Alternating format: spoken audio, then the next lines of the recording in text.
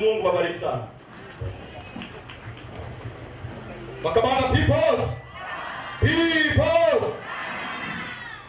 Assalamu alaikum. Mheshimiwa Makamo Mwenyekiti wa chama chetu bara, waheshimiwa wananchi wa Kilwa, kama mlivyofahamishwa kwa majina, naitwa Saidi Mzee Saidi, ni Makamo Mwenyekiti wa chama chetu kwa upande wa Zanzibar. Kabla ya yote, kwanza nitangaze maslahi niliyokuwa nayo hapa Kilwa. Mke wangu mkubwa wao ni hapa, na watoto 5 na wajukuu 7. Kwa hivyo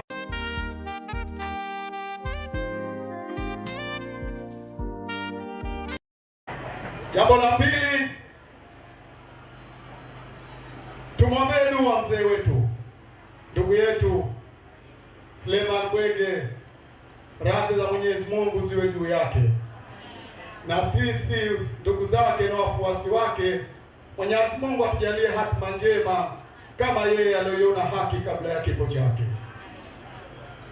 Ndugu zangu, watu wa Kilwa si wageni Zanzibar, wamejaa tele na watu wote wa kanda hii ya kusini. Katika viongozi 14 wa Baraza la Mapinduzi chini ya rais wa kwanza wa Zanzibar Mzee Abeid Amani Karume, mawaziri 5 walikuwa ni watu wa kanda ya kusini, kwa maana ya Kilwa, kwa maana ya Mtwara, Lindi. Hata mwenyekiti wa jumuiya ya wafanyakazi kabla ya mapinduzi ya Zanzibar alikuwa mgoni kutoka Ruvuma, na ni maarufu tu, alikuwa akija sana hapa na Maalim Seif, anaitwa Hassan Nasoro Moyo. Hawa wote ni watu wa kanda ya kusini. Kwa hivyo watu wa kanda ya kusini, hususan Kilwa, mna mchango uliotukuka katika kuleta uhuru wa Zanzibar kupitia mapinduzi ya mwaka 1964. Niwaombe sana ndugu zangu, nawaomba sana ndugu zangu, tuendelee kujiunga na Chadema ili muoneshe kwamba nyinyi mulielimika tangu karne ya 13 na wala sio leo. Pahali popote pale panapo mkusanyiko, ukiwaona wanawake ni wengi kuliko wanaume, basi jua pahali hapo panaelimika sana. Ninawapongeza sana wamama wa Kilwa na naomba mkipigie makofi mengi. Kule Zanzibar walioongoza harakati mpaka kukapatikana serikali ya umoja wa kitaifa walikuwa ni wanawake, ndio wengi zaidi kwenye mikutano na ndio wanaopiga kura. Msikubali kuyumbishwa, tuendelee kujiunga na Chadema, tuendelee kumuunga mkono mzee wetu Suleiman Bwege ambaye yeye Mwenyezi Mungu alimjalia hatima njema, na sisi sote tuombe hatima njema ili tumalize tukiwa tuna fikra pana za kuhakikisha kwamba ukombozi wa nchi yetu wa pili unapatikana ndani ya nchi hii. Tunajua madhila yote yaliyotokea tarehe 29. Tunaelewa kwamba hakuna mtu ambaye hakuathirika na madhila yale, ndugu zetu, marafiki zetu, kaka zetu, lakini damu yao iwe ndio kichocheo cha kuleta mabadiliko ya kweli na uhuru wa kweli ndani ya nchi yetu na wala sio vinginevyo. Ndugu zangu, mazingira ya Zanzibar na Kilwa yanafanana. Kule Zanzibar kuna sera ya uchumi wa buluu. Hapa kwenu ipo? Leo mna bahari hiyo hapo, lakini bado maskini. Leo mna gesi, leo mna korosho, leo mna kila aina ya rasilimali, lakini bado tuko maskini. Hizi sio kwamba Mwenyezi Mungu atupa laana. Hii inatokana na sababu ya sera mbovu na utawala mbovu wa CCM. Wakati wa kuikataa umefika kwa vitendo na sio vinginevyo. Umaskini sio sifa. Umaskini sio sifa. Ndugu zangu, umaskini sio sifa. Ukiwa maskini utatoa sadaka. Na Mwenyezi Mungu amesema kwamba sadaka inafuta maradhi, inafuta madhambi yetu na inaondoa maradhi. Lakini leo ukiwa maskini utampa sadaka nani? Lakini umaskini wetu unatengenezwa kwa maksudi. Unatengenezwa kwa maksudi na viongozi waliopo madarakani wa CCM. Zamani walikuwa wakiamini, na ndio maana walikuwa hawafanyi chochote, wanaamini kwamba hili ni tawi la CCM kanda ya kusini.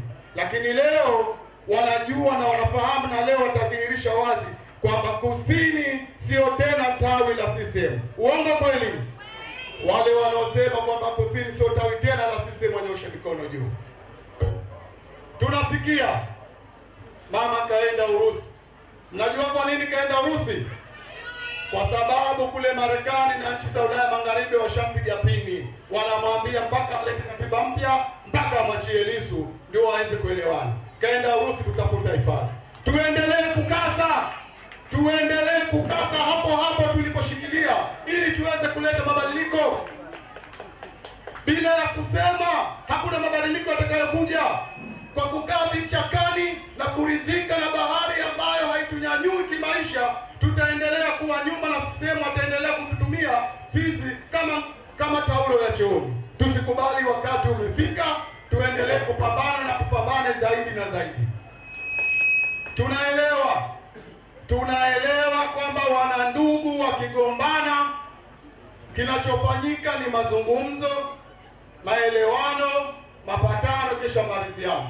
Lakini sisi tumewaambia hatuwezi kuzungumza na hawa jamaa tukiwa peke yetu. Hawa jamaa ni waongo na vigeugeu, ni watu hatari zaidi. Mko tayari kuzungumza nao peke yao? Mko tayari si tuzungumze nao hawa? Lazima tuendelee kukaza, tuendelee kupambana kuhakikisha kwamba mabadiliko yanakuja kwa upande wa Tanzania bara kama yalivyo kule Zanzibar. Ndugu zangu, muda umekwenda. Mimi nimekuja hapa kwa sababu maalum ya kuonesha mshikamano wetu, udugu wetu, urafiki wetu na kuwapa salamu kwamba watu wa Kilwa hamko peke yenu.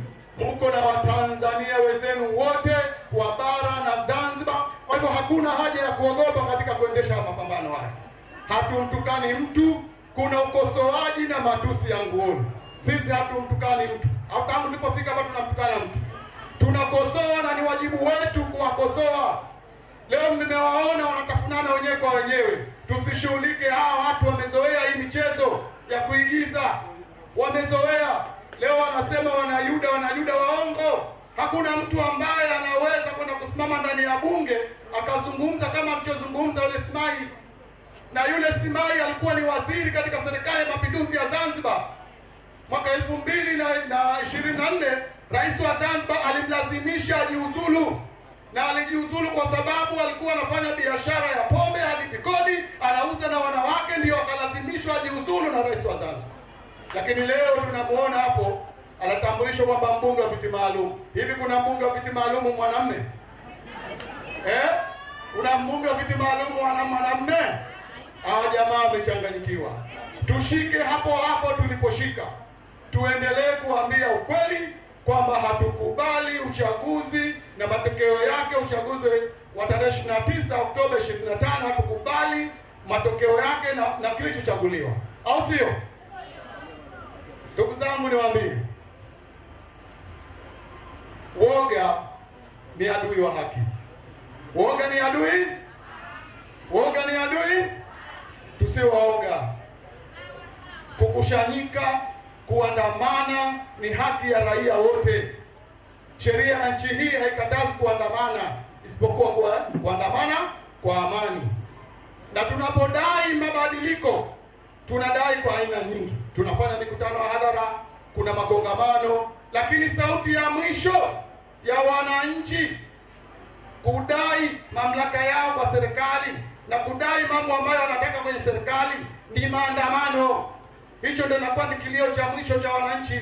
Si haramu kuandamana, tusiharibu mali, tusiue watu basi, na tutafikia hatua hiyo. Tunaranda Tanzania nzima kuwaelimisha, kuwapa elimu ya uraia ili mufahamu haki zenu, mufahamu ukosoaji na matusi. Si tunaelewana? Kumkosoa kiongozi wa nchi sio dhambi. Kumtukana matusi ya nguoni ndio dhambi, lakini kumkosoa sio dhambi. Namwona ndugu yangu Dua Mzito amenisogelea. Nichukue fursa hii kuwashukuru tena wananchi wa Kilwa. Endeleeni kumuunga mkono ndugu yetu Selemani Bwege, na sisi kama Mwenyezi Mungu alivyotufundisha katika aya ya Qur'ani, na mimi nitasema kwa Kiswahili kwamba hakika sisi sote wa Mwenyezi Mungu, na kwa hakika sote kwake tutarejea. Kwa hivyo na sisi iko siku tutarejea. Lakini jambo jingine ambalo Mwenyezi Mungu pia ametufundisha huko kwenye Qur'ani, amesema kwamba, na kuna hadithi sahihi hasa ya Mtume, na malizia kwa hii hadithi sahihi ya Mtume. Kulikuwa na sahaba mmoja, sahaba nadhani mnamjua kwamba ni mtu aliye karibu na Mtume. Yeye alifariki, mke wake akalia sana, akasema atapata wapi mtu bora kama huyu? Sahaba wa Mtume amefariki, nitapata wapi mume bora kama huyu?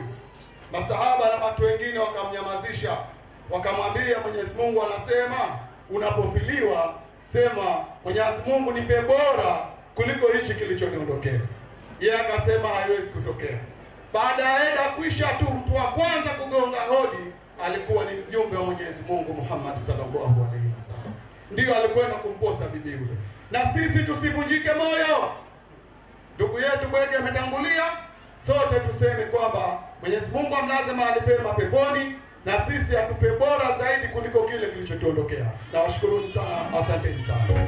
Na kuomba Mheshimiwa Makamu Mwenyekiti Bara uje uzungumze na hadhara hii ili uwape ujumbe wote.